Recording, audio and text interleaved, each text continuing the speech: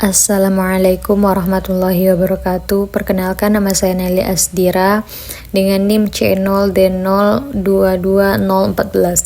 Saya dari kelas G Perpajakan. Di sini saya akan menjelaskan tugas presentasi individu saya dengan tema konsep pembukuan dalam akuntansi pajak.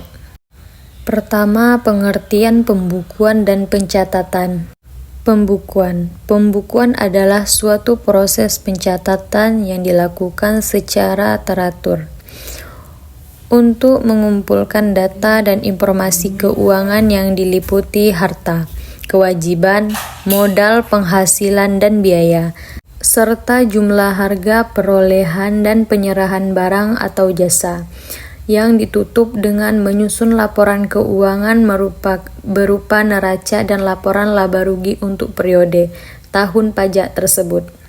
Pencatatan yaitu pengumpulan data secara teratur tentang peredaran bruto dana atau penghasilan bruto sebagai dasar untuk menghitung jumlah pajak yang terutang termasuk penghasilan yang bukan objek pajak, dana atau yang dikenakan pajak yang bersifat final.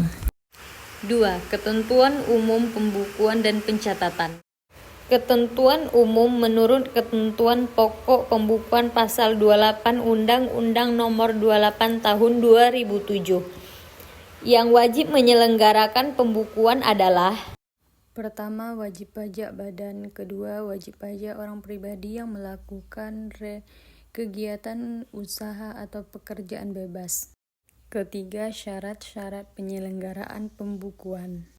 Adapun syarat-syarat untuk menyelenggarakan pembukuan adalah sebagai berikut. Pertama, diselenggarakan dengan memperhatikan itikat baik dengan mencerminkan keadaan atau usaha yang sebenarnya. Kedua, diselenggarakan di Indonesia dengan menggunakan huruf Latin, angka Arab Satuan mata uang rupiah, dan disusun dalam bahasa Indonesia atau dalam bahasa asing yang diizinkan oleh Menteri Keuangan. Ketiga, diselenggarakan dengan prinsip saat azas dengan stelsel akrual atau stelsel kas. Keempat, pembukuan dengan menggunakan bahasa asing dan mata uang selain rupiah dapat diselenggarakan oleh wajib pajak setelah mendapat izin Menteri Keuangan. Kelima, perubahan terhadap metode pembukuan dan atau tahun buku harus mendapat persetujuan dari Direktur Jenderal Pajak. Keenam, pembukuan sekurang-kurangnya terdiri dari catatan mengenai harga, kewajiban, modal, penghasilan, dan biaya, serta penjualan dan pembelian, sehingga dapat dihitung besarnya pajak yang terutang. Ketujuh, dokumen-dokumen yang menjadi dasar pembukuan dan pencatatan serta dokumen lain yang berhubungan dengan kegiatan atau usaha pekerjaan bebas wajib pajak wajib disimpan selama 10 tahun. Keempat, tujuan penyelenggaraan pembukuan dan pencatatan adalah untuk mempermudah pengisian SPT, penghitungan penghasilan kena pajak, penghitungan PPN dan PPNBM. Penyelenggaraan pembukuan juga untuk mengetahui posisi keuangan dan hasil kegiatan usaha atau pekerjaan bebas. Kelima, prinsip taat azas. Stelsel pengakuan penghasilan. Apakah penghasilan diakui pada saat dilakukan penerimaan uang tunai atau berdasarkan pengakuan penghasilan? Stelsel pengakuan biaya. Apakah beban diakui setelah dilakukan pembayaran atau dicatat pada saat diakui sebagai beban? Tahun buku, yaitu periode yang digunakan adalah Januari sampai dengan Desember. Metode penilaian persediaan, yaitu tidak dilakukan perubahan metode pencatatan penilaian persediaan, metode penyusutan dan amortisasi, yaitu tidak boleh menyusutkan aktiva tetap perusahaan dengan metode penyusutan yang lain. Keenam, perubahan tahun buku dan metode pembukuan. Pada dasarnya, metode pembukuan yang dianut harus taat asas, yaitu harus sama dengan tahun-tahun sebelumnya. Misalnya dalam hal penggunaan metode pembukuan penghasilan dan biaya, metode kas atau akrual, metode penyusutan aktiva tetap, dan metode penilaian persediaan. Perubahan metode pembukuan akan mengakibatkan perubahan dalam prinsip taat asas yang dapat meliputi perubahan metode dari kas ke akrual atau sebaliknya, atau perubahan penggunaan metode pengakuan penghasilan atau pengakuan biaya itu sendiri.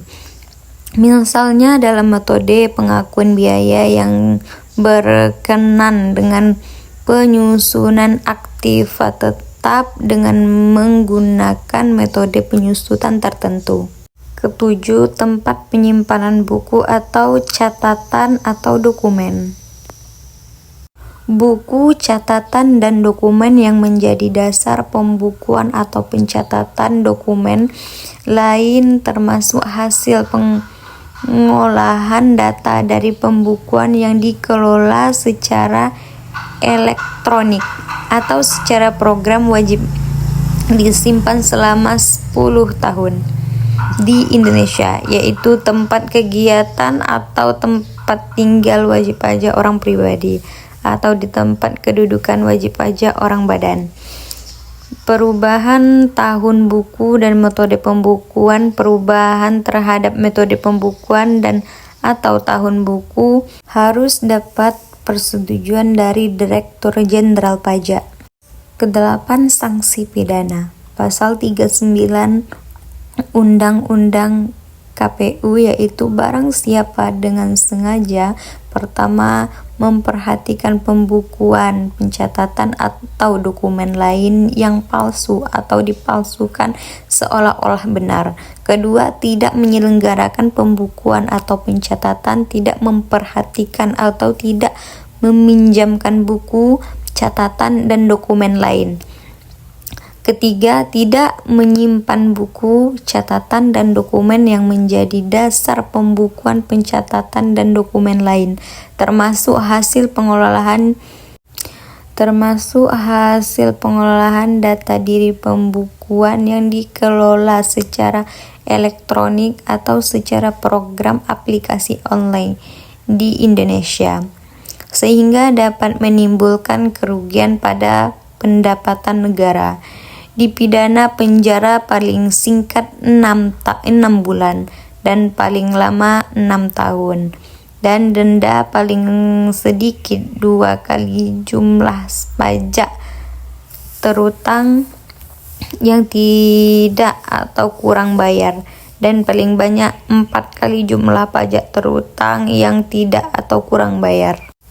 Setiap akhir tahun ada kegiatan yang menarik untuk diperhatikan pada perusahaan-perusahaan, khususnya perusahaan yang mempunyai kesadaran akan pentingnya pembukuan dan pencatatan pajak.